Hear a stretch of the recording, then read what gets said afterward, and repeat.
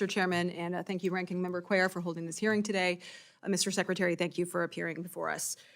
You state in your testimony that the President's budget request prioritizes staying ahead of diverse and complex threats facing the homeland and highlights your, quote, unwavering dedication to protecting the security of the American people. And the President's budget also states that strengthening border security and providing safe and lawful pathways for migration remain top priorities for the administration.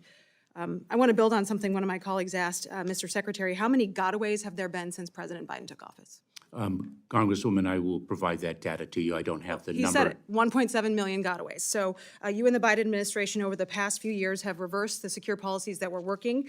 You stopped the border wall construction, expanded parole, allowed for millions of individuals, as we've heard, including known and suspected terrorists, cartel members, unforgivable levels of fentanyl and illicit drugs and substances into our country. These 1.7 million individuals came into our country in neither a safe nor lawful way. Yet again, you sit before this committee and ask for out-of-touch priorities again and refuse to take accountability for the total failure that you have allowed for at the southern border. So again, I want to build on something one of my colleagues said. Why would you raise, when we raise the detention bed capacity for ICE to 41,500, would you request bringing that number down to 34,000?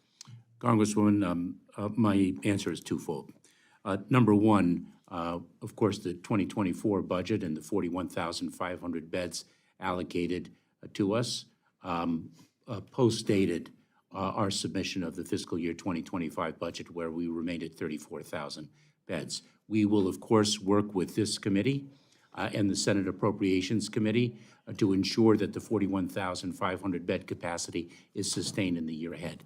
And this is about deterrence. This is about border deterrence, and what we want to see happen is a proper accountability and oversight of that deterrence. $4.7 billion you've got for the Southwest Border Contingency Fund, which we know is a slush fund that you have access to because you came before the committee last year asking for that same out-of-touch priority. So I think you've really disrespected hardworking taxpayers, again, through these processes, attempting to get this slush fund in place to circumvent congressional direction. I think that's appalling. That's what I hear from Iowans.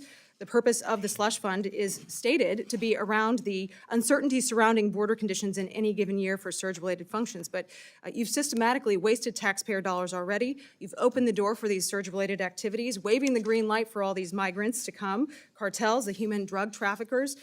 There is no excuse to call for billions of dollars of additional slush fund dollars when it is clear that your leadership and decision-making is so off the mark here. And I think it's very concerning and alarming for a secretary that is instilled to protect our homeland to compromise on this.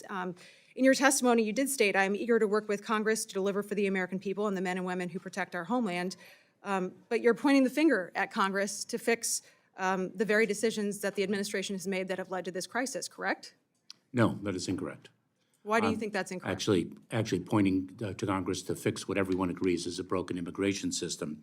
Congresswoman, you mentioned the 41,500 detention beds that are funded in fiscal year 2024. That is less than the bipartisan Senate bill would have provided. The bipartisan Senate bill would have provided 50,000 The Senate bill also allows the president way too much authority in terms of circumventing all of the legal processes that we do have in place.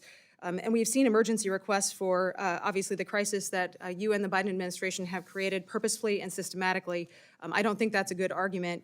You've reversed, again, countless policies that were in place that were working to keep our southwest border under control, opening flood walls for this security crisis at our southern border. Again, unprecedented levels of illicit drugs and deadly fentanyl.